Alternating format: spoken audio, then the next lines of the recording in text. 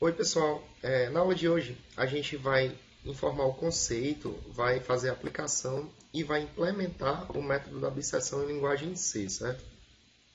Então, para a gente iniciar aqui, eu vou dizer para que serve esse método na verdade. É o seguinte, olha, quando você está buscando raízes de funções polinomiais, isso não é um trabalho tão difícil assim, certo? Se eu tenho uma polinomial do segundo grau, eu posso achar o discriminante delta dela e posso resolver as raízes desse meu sistema aplicando a fórmula de Bhaskara, certo?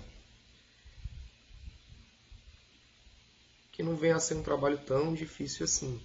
Para polinômio de terceiro grau, você pode tentar baixar o grau do polinômio e fazer a mesma coisa.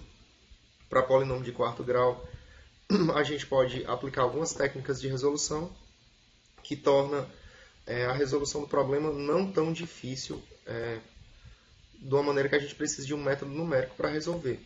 Mas imagina que a gente tem que resolver, por exemplo, o x que resolve essa equação aqui.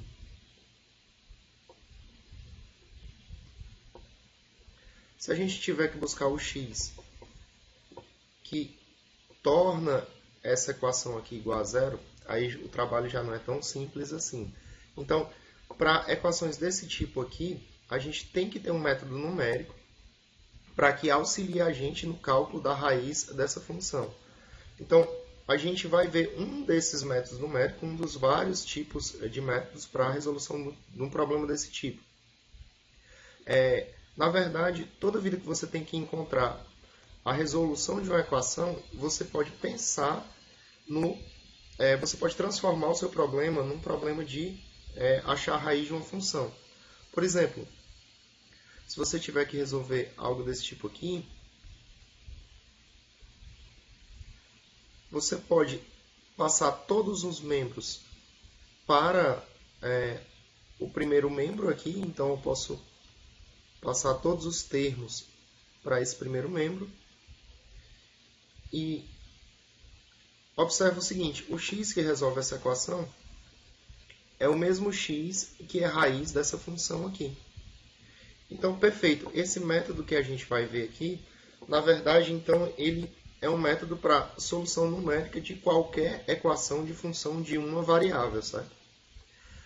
Beleza. Então, para a gente dar uma explanada aqui como que ele funciona, a gente vai ver primeiro graficamente, depois a gente vai ver algebricamente como que esse método se desenvolve, certo? Então, imagina que a gente tem o gráfico de uma função aqui.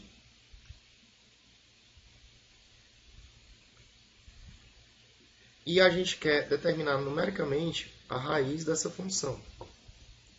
Olha, na verdade a gente vai dividir nosso problema em duas partes. A gente vai fazer o seguinte, na primeira parte a gente tem que isolar um intervalo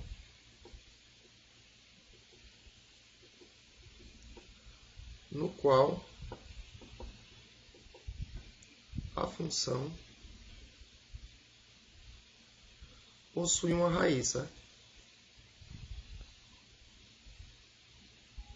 Então, isso vem a ser a primeira parte do nosso método. A gente tem que ver um intervalo onde essa função possui raiz. E a segunda parte é realizar cálculos iterativos para determinação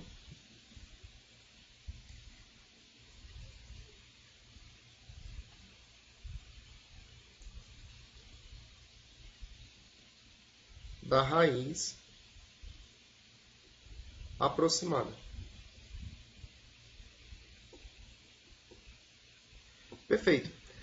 Então, imagina o seguinte, a gente tem uma função aqui e a única consideração que a gente faz para essa função é que ela seja contínua.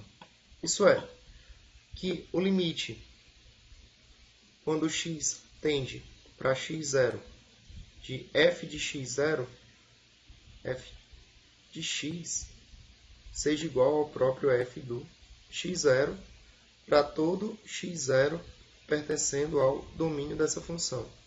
Isso é, essa função é contínua em todo ponto. Se isso aqui é satisfeito, matematicamente a gente sabe que para todo epsilon maior que zero, vai existir um delta maior que zero, tal que se o módulo de x menos o x0 for menor que delta, então isso vai implicar que o f de x menos o f do x0 é menor que epsilon.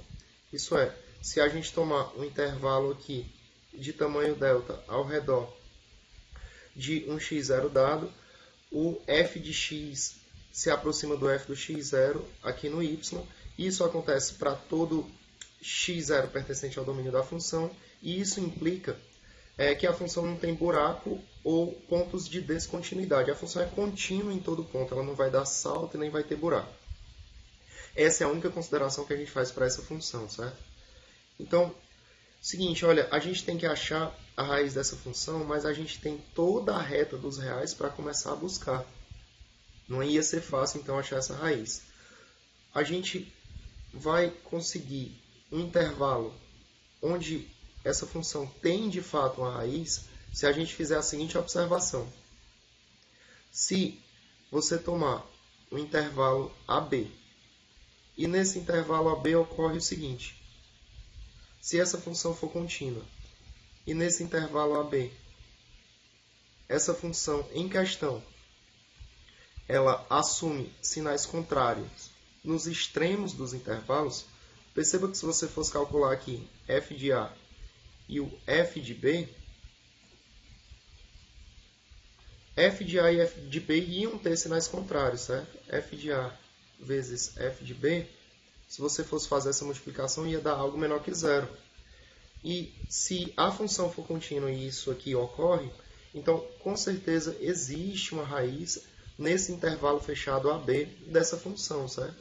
É isso que diz o teorema de Bolzano, que faz com que a gente consiga passar da primeira parte da resolução do nosso problema, certo? A primeira parte, na verdade, é a aplicação do teorema de Bolzano ou teorema do valor intermediário, certo? Então, só escrevendo aqui o que a gente já exemplificou em cima, o teorema do valor intermediário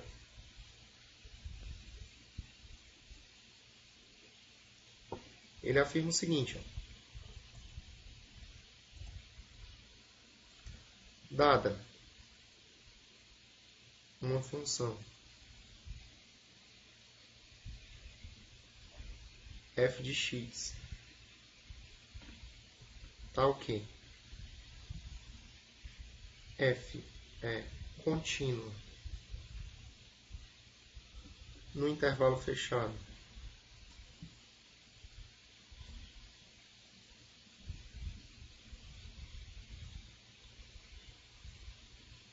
AB,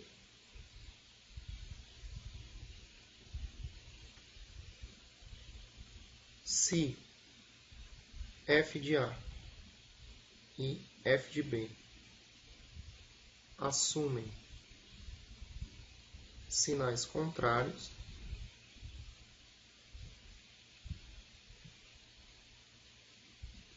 então existe C pertencendo ao intervalo AB, tal que o f de C é igual a zero. Perfeito, pessoal. Então, o que o teorema do valor intermediário afirma é que se a gente tem um intervalo AB, onde nos extremos dos intervalos essa função assume sinais contrários, então com certeza há uma raiz dessa função dentro desse intervalo fechado AB. Isso faz com que a gente passe da primeira parte do nosso problema. A segunda parte, então, vai ser a aplicação propriamente dita do método que a gente vai utilizar agora, que é o método da abscissão, certo? Então, vamos supor o seguinte, vamos supor que a gente já passou da primeira parte e que a gente já sabe onde há uma raiz, onde há um intervalo fechado, que é subconjunto do domínio dessa função, onde a gente garante que existe uma raiz ali dentro daquele intervalo, certo? Então, imagina aqui que a gente tem os nossos eixos y e x. Nós temos também o gráfico dessa função. E a gente já achou um intervalo fechado, onde essa função aqui assume sinais opostos se aplicado nos extremos dos intervalos. Perfeito. Seguinte, olha, a gente vai buscar numericamente essa raiz e eu vou descrever o procedimento passo a passo agora, certo? Para a gente começar o nosso cálculo, pessoal, a gente faz o seguinte. Para que eu comece esse cálculo, a gente determina o C que está exatamente no meio do intervalo. Se ele está no meio desse intervalo AB, logicamente esse C pode ser expresso como a média aritmética entre A e B. Perfeito. Nesse caso aqui, depois que eu calculo esse meu C, eu vou fazer o seguinte. Eu vou calcular aqui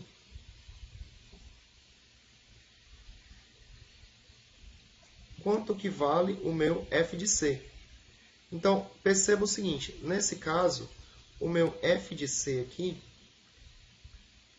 ele está assumindo, nesse exemplo em questão, certo que eu estou falando? O meu f de C, ele está assumindo um valor negativo, mas o nosso f de A, ele está assumindo um valor positivo, certo? Isso é, perceba que f de A e f de C possuem sinais contrários, certo? Então, se f de A vezes f de C possuem sinais contrários, o que a gente vai fazer, pessoal? O C que a gente calculou aqui, ele vai virar o B da nova iteração, certo? Então, a gente faz o seguinte, a gente esquece esse B aqui, e esse aqui vira o B da próxima iteração. Então, se f de A vezes f de C dá menor que zero, a gente sabe que o B vai receber o valor do C. Perfeito. Então, a gente passou desse primeiro estágio, a gente tem um novo intervalo AB, e perceba que ocorreu o seguinte, a raiz ainda está dentro desse novo intervalo AB, e ele tem um tamanho menor do que o inicial. Na verdade, ele vai ter a metade do tamanho do inicial, porque a gente dividiu ele por 2. Ele ainda tem a raiz. Então, a gente faz o seguinte, a gente calcula um novo C desse intervalo aqui. Ó. Eu calculo um novo C, utilizando novamente a mesma formulação. O C, ele vai ser o A mais B sobre 2, onde o B agora recebeu um novo valor. Perceba que, nesse caso aqui, se a gente for calcular o f de C, nessa situação, a gente vai ter o seguinte, a gente vai ter que o f de A e o f de C, eles possuem o mesmo sinal, certo? O f de A, ele está aqui, e o f de C agora está aqui. Então, nesse caso, onde o f de A vezes o f de C possuem o mesmo sinal, isso é, f de A vezes f de C deu maior que zero, a gente vai fazer com que o A é que receba o valor do C. Esse A aqui vai ser esquecido, e esse C aqui, ele vai ser o nosso novo A. Então, a gente continua com o intervalo AB, com a metade do que tinha o intervalo do passo anterior, e ainda possui a raiz dentro desse intervalo. Perfeito, pessoal. E assim o método continua. Como é que a gente vai saber, então, a hora de parar? A hora de parar tem que ser dita antes do cálculo iniciar, certo? Se alguém, por exemplo, pede para você parar quando o seu erro, que eu vou representar por esse epsilon aqui, for menor que 0,01, você pode pensar da seguinte maneira. Você vai parar quando o teu intervalo em questão aqui, ó, for menor do que 0,01. Isso é, quando você fizer o módulo de B menos A, e isso aí der menor do que o erro dado, se esse erro for de 0,01, por exemplo, se for qualquer outro valor, você vai testando em cada um desses valores.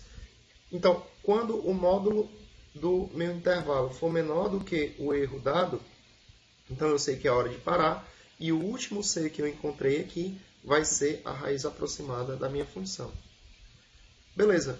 Então eu vou representar agora um fluxograma que representa o que a gente acabou de falar anteriormente, certo? Então, o fluxograma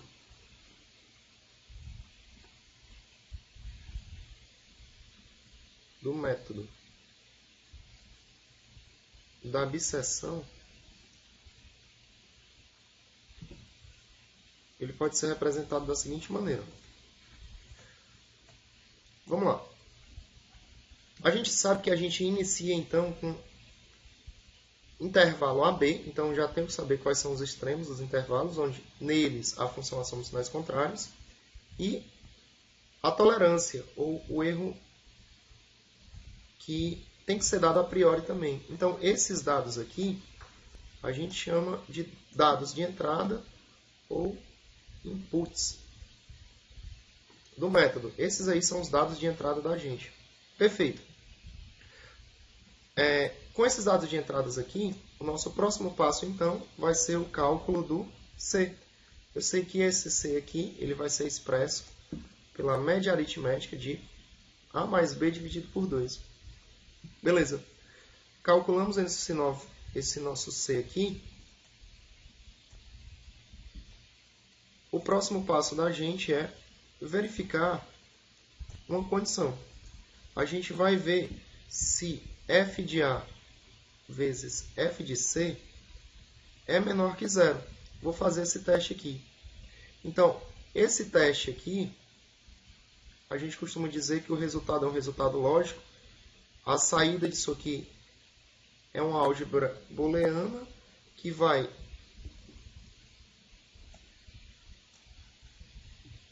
nos conduzir a dois tipos de saída, certo? Isso é, se esse teste aqui der verdadeiro, isso é, se f de A vezes f de C for menor que zero, a gente já viu aqui anteriormente que o B vai receber o valor do C na próxima iteração. Então, se esse teste f de A vezes f de C der verdadeiro, a gente sabe que o B recebe o C. E se por acaso a gente faz esse teste aqui, f de A vezes f de C, para saber se é menor que zero e deu falso, isso é, nesse caso, o f de A vezes f de C dá maior que zero, então a gente verifica que o A é que tem que receber o valor do C, né? A gente tinha colocado B, mas na verdade é C, viu, pessoal? Aqui. O A vai ter que receber o C. Beleza, então eu sei que o A tem que receber o C.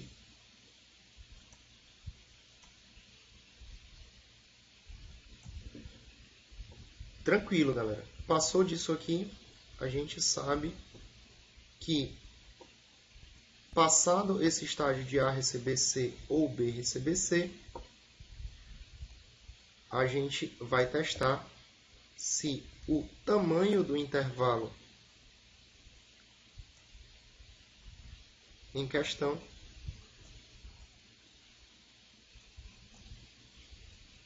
eu vou testar se o tamanho do intervalo em questão é menor do que a tolerância dada a priori.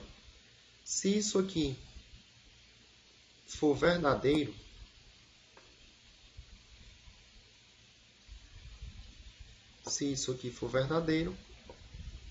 isso me conduz ao fim do meu algoritmo. Se der falso, se isso aqui for verdadeiro, conduz ao fim. E se der falso, a gente vai para um novo cálculo de C e está feito o nosso fluxograma, certo? Resumindo, você começa com valores de A, B e tolerância de entrada, faz um cálculo do C, teu C é calculado como sendo A mais B dividido por 2, calculou o C, verifique se f de A vezes f de C é menor que zero. Se der verdadeiro, o teu B vira C. Se der falso, o teu A é que vai virar o C, Feito isso, você verifica se o módulo do intervalo é menor que epsilon. Se for, você terminou, você chegou ao fim do teu algoritmo e o teu C calculado aqui vai ser a tua raiz aproximada. Se não for, tu vai para a próxima iteração e continua o método até chegar no final, até você conseguir sua raiz aproximada. Perfeito, pessoal. Então, para a gente exemplificar esse método agora na prática, a gente vai resolver um exercício. Depois desse exercício, a gente vai passar para a implementação do método, certo? Então, vamos fazer o seguinte exercício. Nele, o enunciado diz o seguinte, ó, determine a raiz aproximada de x ao cubo menos 9x mais 3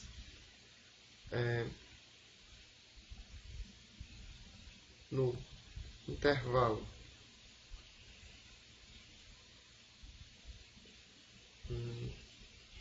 menos 1 e 0. Menos 1 e 0 não tem raiz. No intervalo 0 e 1. No intervalo 0 e 1, com tolerância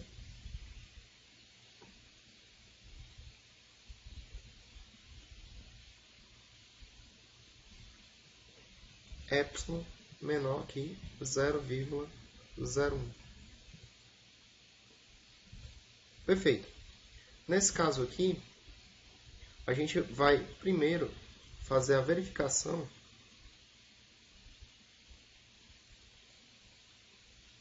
se o intervalo dado de fato é um intervalo coerente que possui raiz. Para a gente fazer isso, pessoal, a gente vai pegar nossa função, que é f de x igual a x ao cubo menos 9x mais 3, e a gente vai aplicá-la nos extremos do intervalo. Então, vou fazer o f do 0, isso aqui dá 3, e o f do 1 vai dar 1 menos 9 mais 3. Perceba então que aqui dá menos 8 mais 3 dá menos 5.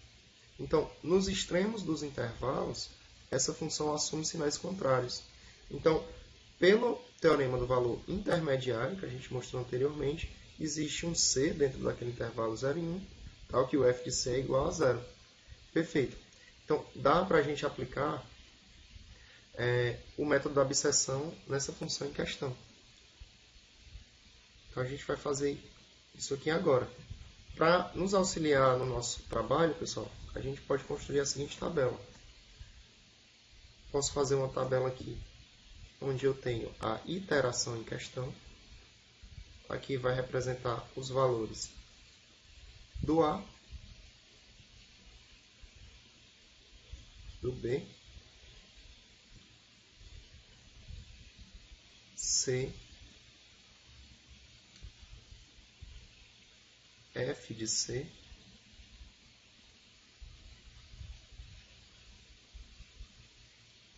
aqui vai ter F de A vezes F de C, e aqui eu vou colocar o módulo de B menos A. Beleza. Eu posso utilizar essa tabela aqui como auxílio para que eu consiga implementar o método da abscissão, beleza?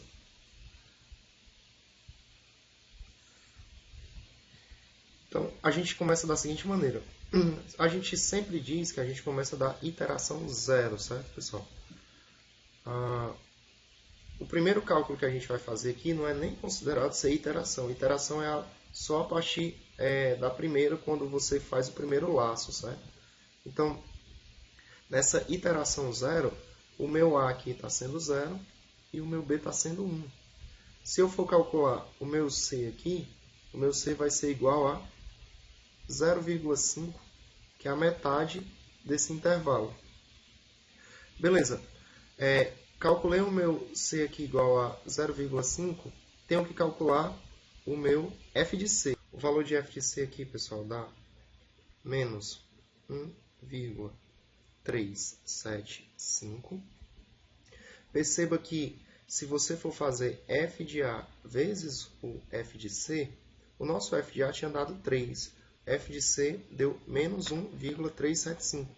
Então, isso aqui vai dar negativo, vai dar menor que zero. F de A vezes F de C dá menor que zero. O módulo de B menos A aqui está sendo igual a 1. 1 com certeza é bem maior do que o 0,01 que ele solicitou. Então, a gente tem que ir para a iteração 1. Esse C aqui, ele vai ter que vir para o B justamente porque F de A vezes F de C deu menor que zero. Lembra lá que se F de A vezes F de C der menor que zero, o B vai receber o valor do C, certo? Então, eu vou colocar o meu C aqui. O meu A vai ser repetido. A gente tem que calcular um novo C. E esse C aqui vai ser a média aritmética entre esses dois, que é 0,25. Aí a gente vai para o novo cálculo de F de C.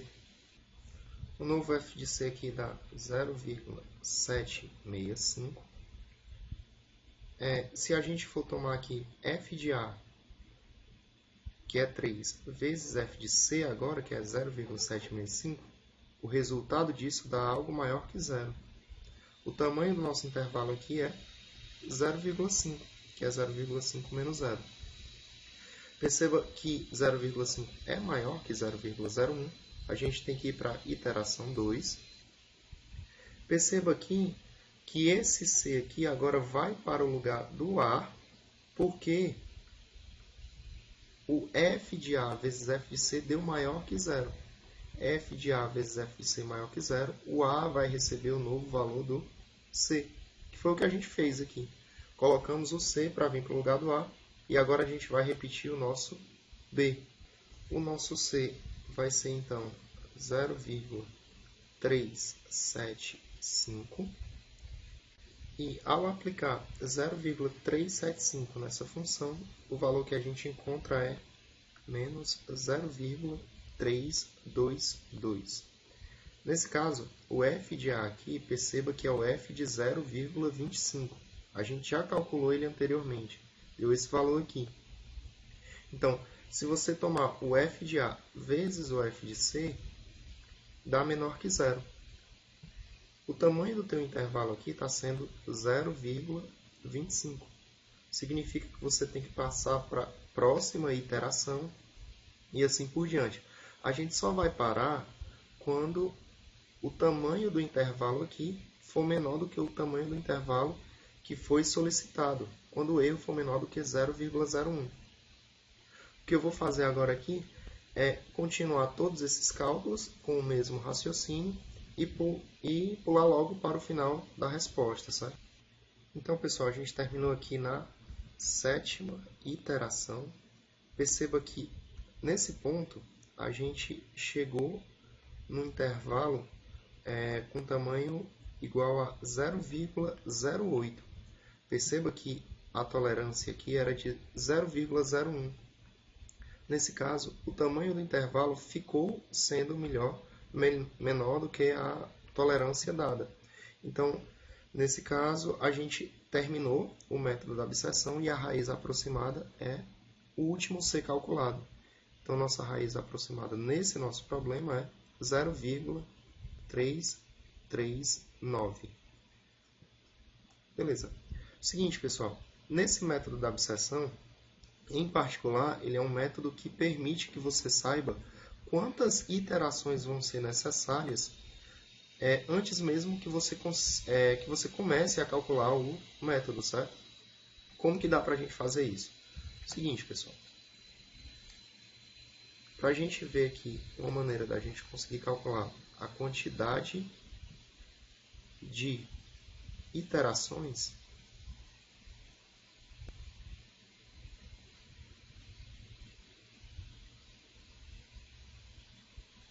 a gente pode fazer o seguinte. A gente pode raciocinar da seguinte maneira, olha, A quantidade de iterações que a gente vai poder fazer aqui pode ser expressa da seguinte maneira. Se você pensar que a tua tolerância dada, o tamanho do intervalo final tem que ser menor que ela, então você pode pensar nessa seguinte formulação. Perceba que esse A e esse B aqui são o A e B dados no início, como dados de entrada. Quando você está na iteração 0, você tem o intervalo B menos A, porque você vai estar com B menos A sobre 2 elevado a 0. Se eu considerar isso aqui, logicamente na iteração 0, o tamanho do intervalo é B menos A, certo? Por isso que aqui ficou 1 menos 0, que é 1. Na iteração 1, o tamanho do teu intervalo vai ser B menos A dividido por 2 elevado a 1, que vai ser o próprio B menos A sobre 2. Então, nesse intervalo aqui, o tamanho desse intervalo era a metade do que tinha o anterior. E assim por diante. Então, na iteração K, o tamanho do teu intervalo vai estar sendo B menos A dividido por 2 elevado a K. Você vai parar quando isso aqui for verdade, certo?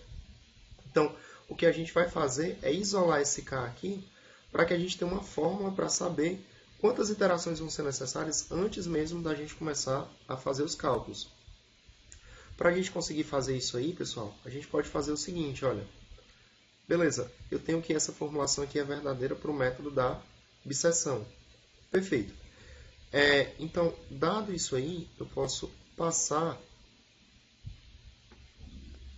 esse 2, esse B menos A aqui, para o denominador desse epsilon, certo? Então, a gente tem que 1 sobre 2 elevado a K é menor do que epsilon sobre B menos A. Ora, 1 sobre 2 elevado a K é a mesma coisa que 2 elevado a menos K. Isso aqui tem que ser igual a epsilon sobre B menos A. Perceba que esse K aqui está no expoente. Uma maneira de descer esse expoente aqui é aplicando logaritmo em ambos os lados.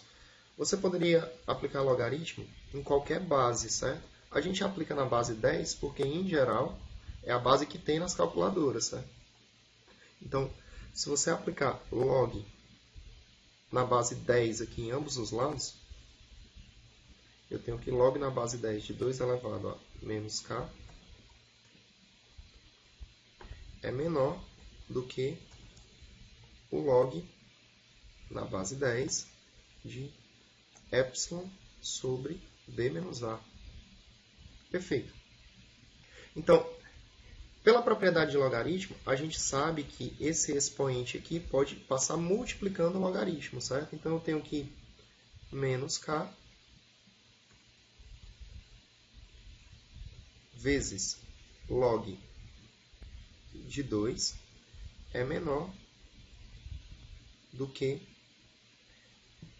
esse log aqui. Eu posso pensar na seguinte propriedade, pessoal. Se eu tenho o logaritmo de uma fração, isso aqui é a subtração dos logaritmos, certo? Então, isso aqui vai ficar log de epsilon na base 10 menos log de B menos A na base 10.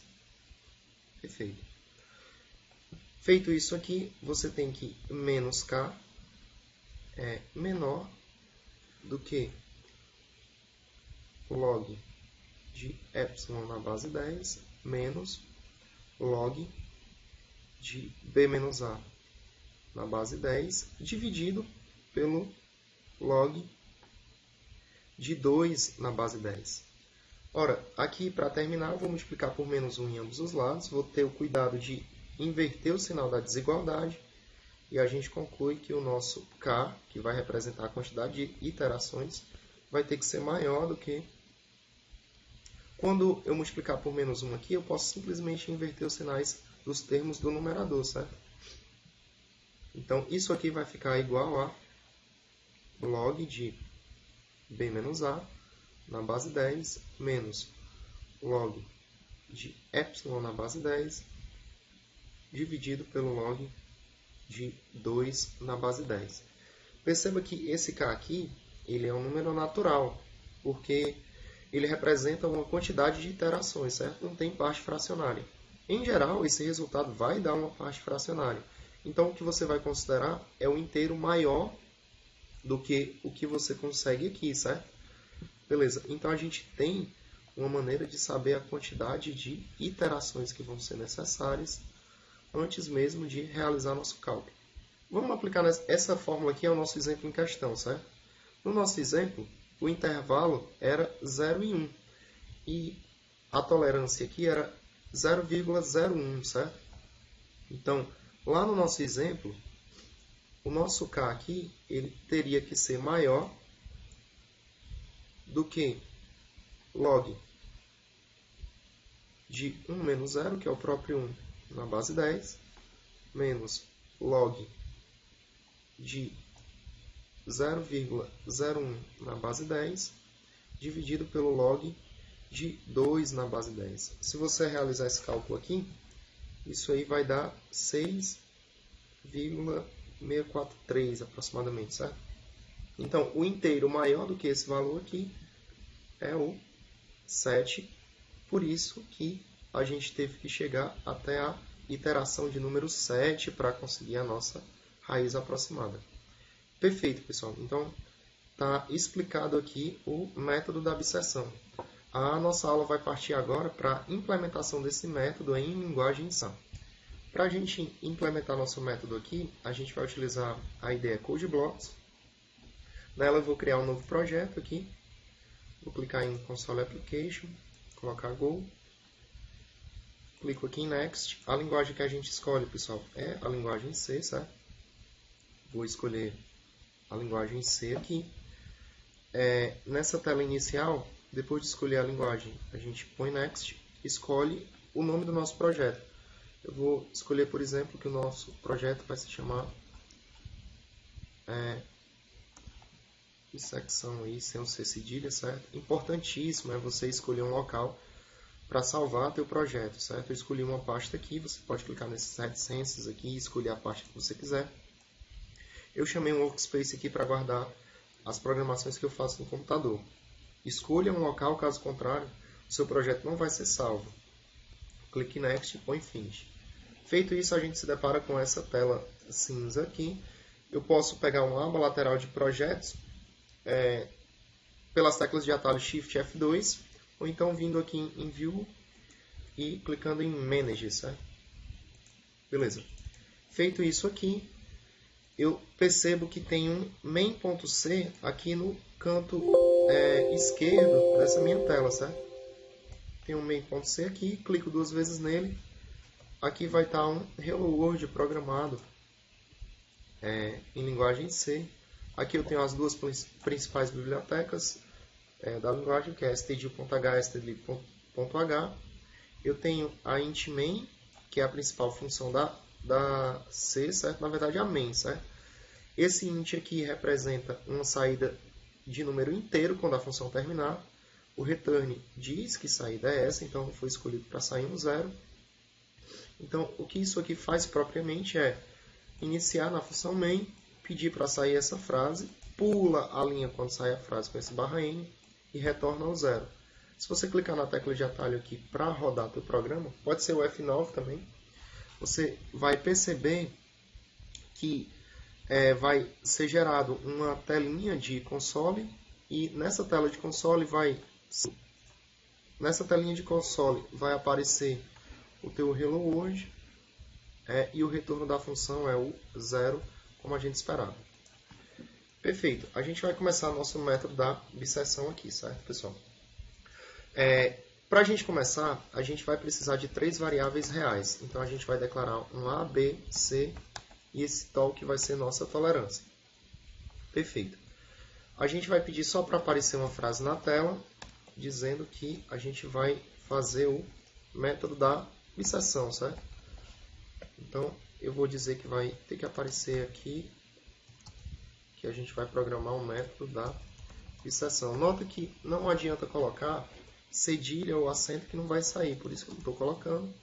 Vou pedir para pular a linha 2 vezes depois que aparecer essa frase aí.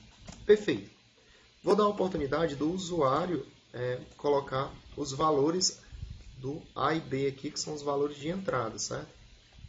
Então, vou pedir para aparecer na tela A igual. O usuário, nesse momento, vai saber que ele tem que digitar algum valor para o intervalo em questão. Nesse caso, eu coloco o scanf. Esse scanf é a função da stdio.h que permite que o usuário coloque dados de entrada no programa quando ele estiver rodando. Eu tenho que dizer que vai ser dada a entrada de um número real, e eu consigo isso colocando porcentagem F. Quando eu digo aqui, olha, vai ser lido alguma coisa que o usuário vai digitar, o que ele vai digitar vai ser reconhecido como um valor real, e esse valor real vai ser guardado no endereço de, e comercial significa endereço de A.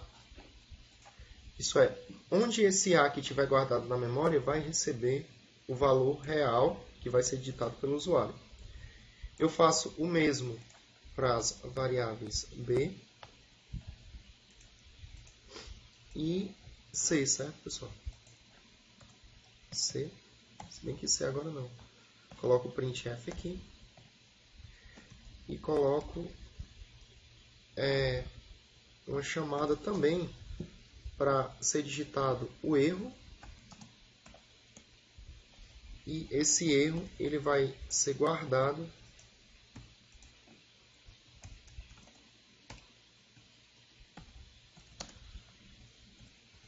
na variável total, certo?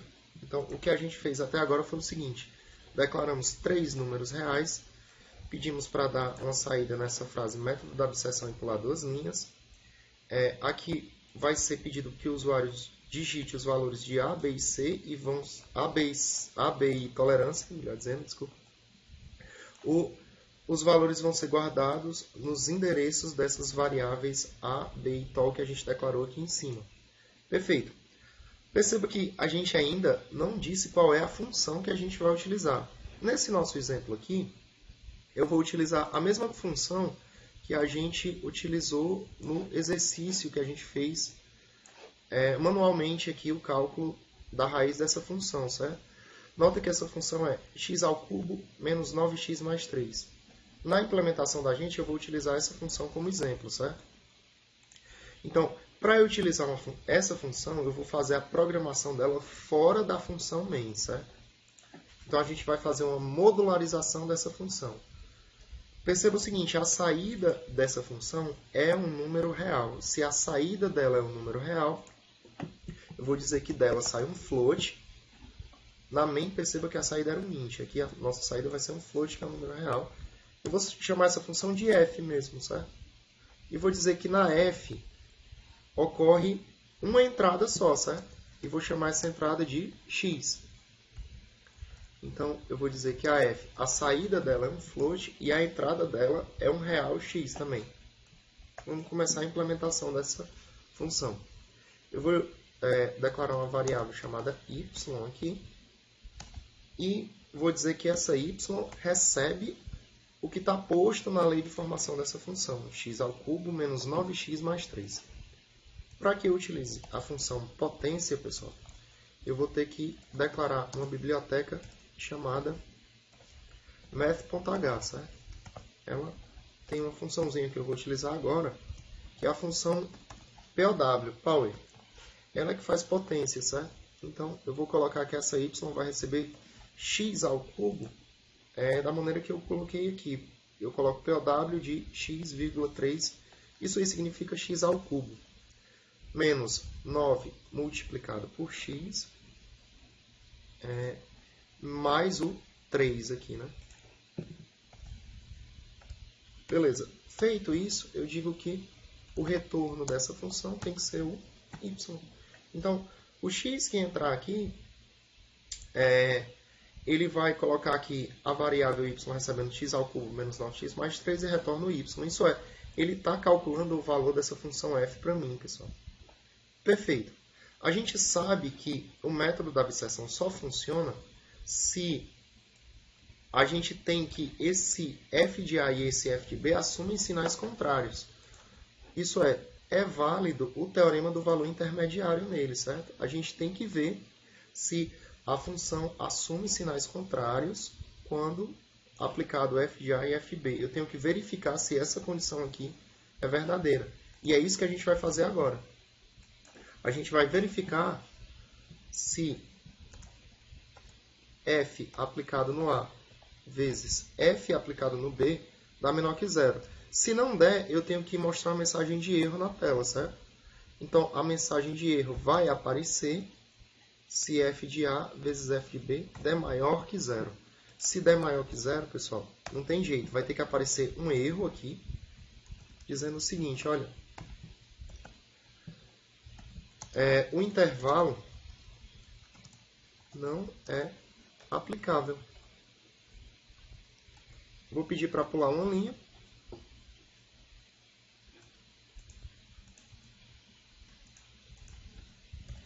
E a gente vai fazer o seguinte, ó. Depois que pular essa linha aqui, eu vou pedir para o usuário digitar novamente os valores, certo? Digite um novo intervalo. Vou pular a linha novamente. Pular duas linhas, na verdade, e vou pegar essa mesma programação de digitação do intervalo e colocar aqui dentro dessa if, certo? Então, se o intervalo aqui não servir, pessoal, vai aparecer essa mensagem de erro, certo?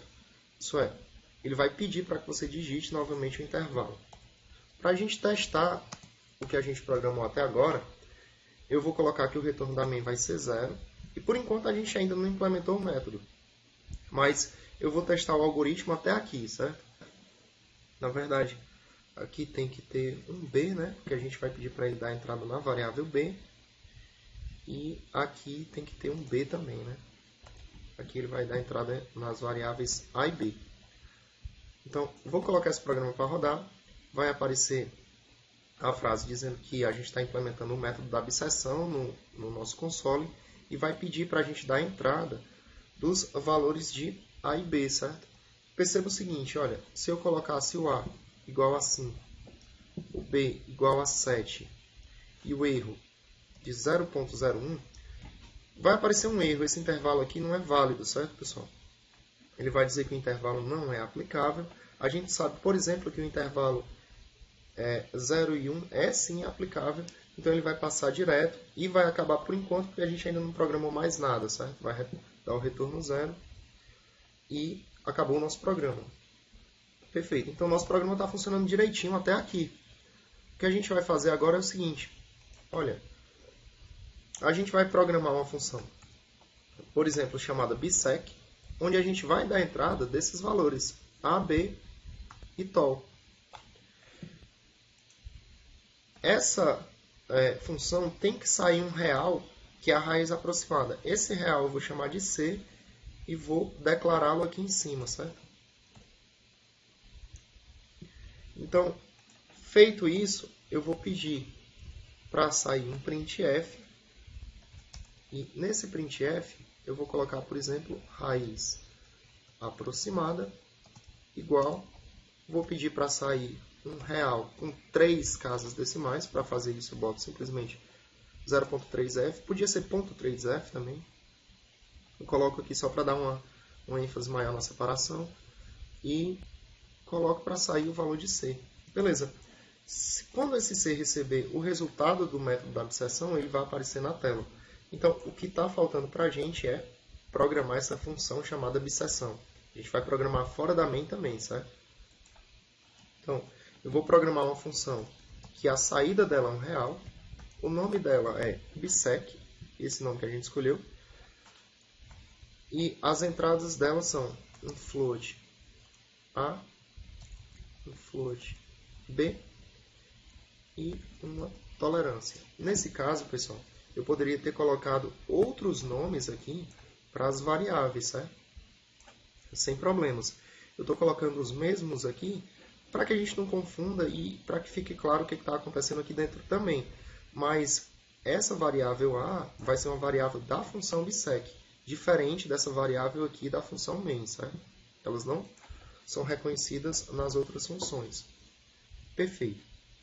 O que a gente vai fazer agora é o seguinte, pessoal.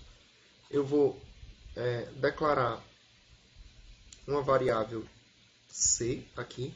Por que eu tive que declarar essa variável C? Porque essa variável C da main aqui, ela não é reconhecida aqui dentro. Beleza. E quando a gente for utilizar aqui, eu tenho que fazer o seguinte. Os dados de A e B já foram postos como entrada, né?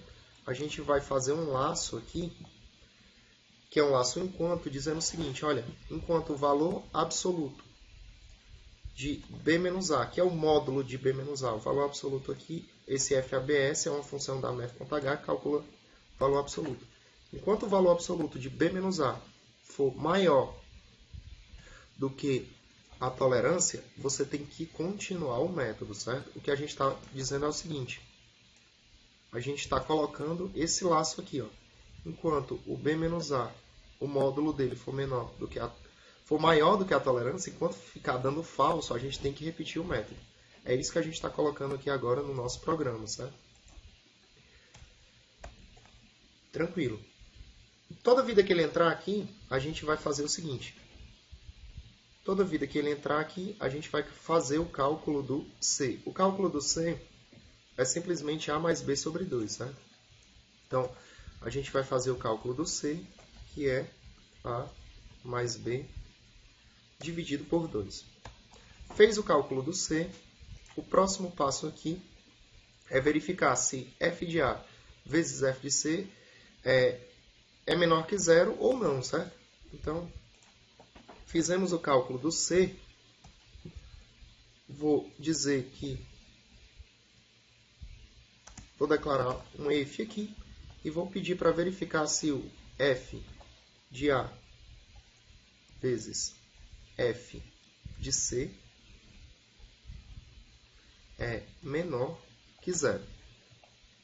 Se isso aí for verdade de fato, pessoal, o que tem que acontecer? A gente já viu que se o f de A vezes f de C for menor que 0, se isso for verdade, o B tem que receber o valor do C. Se o B recebe o valor do C, então eu vou utilizar o seguinte argumento aqui, ó. Eu vou declarar variáveis chamadas FA, FB e FC para dar uma facilitada aqui no nosso cálculo. Para a gente colocar que essas variáveis vão receber a aplicação da função nos valores em questão.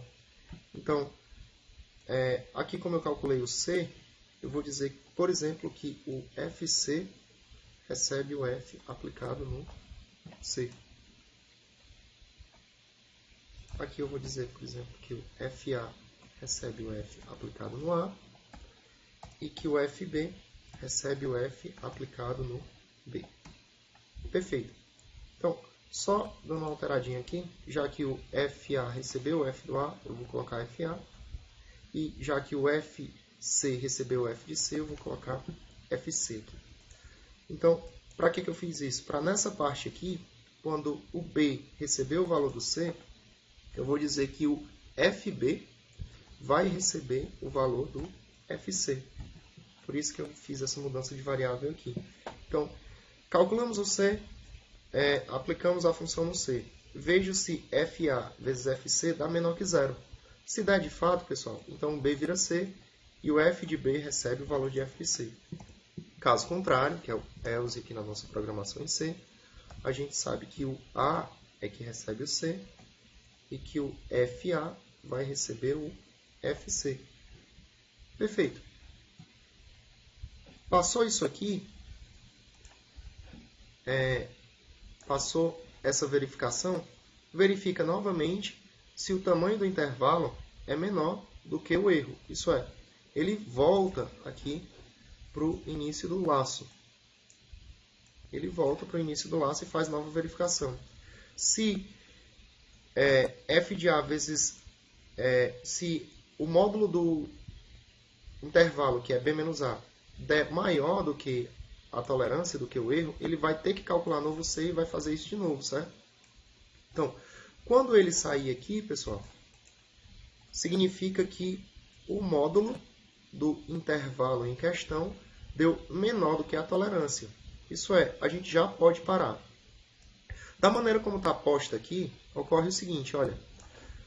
Ele vai fazer esse teste aqui do novo intervalo e se o novo intervalo da última iteração que saiu der menor que a tolerância, ele já vai sair e ele não vai calcular o novo C para esse intervalo aqui, porque já vai dar falso e ele vai pular o laço while, certo? Então, para que a gente calcule o C do último intervalo, ele só faz o teste aqui em cima, eu vou ter que pedir para quando ele sair a última vez desse laço, ele faça esse cálculo do C novamente. Vou explicar aqui mais uma vez, certo? Ele está fazendo o teste desse intervalo, do tamanho do intervalo aqui em cima. Se der menor, ele já vai pular e a saída seria o penúltimo C calculado quando ele ainda estava fazendo com o intervalo antigo.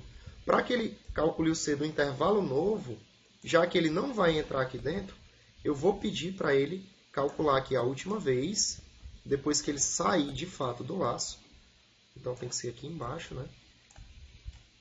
Ele só sai do laço depois dessa chave aqui. Eu vou pedir que ele calcule mais uma vez, aí sim ele vai estar calculando do último intervalo, e vou pedir para que seja retornado o valor dessa função. O C que vai ser retornado aqui vai ser a raiz da função em questão. Beleza, ele vai ser o retorno float dessa função. Então, ele vai ser o valor que vai ser retornado para esse C aqui, para que seja exibido na tela. No caso, a função que a gente está utilizando aqui, pessoal, é a mesma função do nosso exemplo que a gente já utilizou para fazer o cálculo manualmente, certo?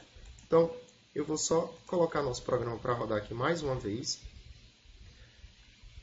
Aqui eu esqueci um ponto e vírgula, certo? Vou colocar esse ponto e vírgula aqui, o programa me avisou. Ó. Vou colocar aqui para rodar mais uma vez.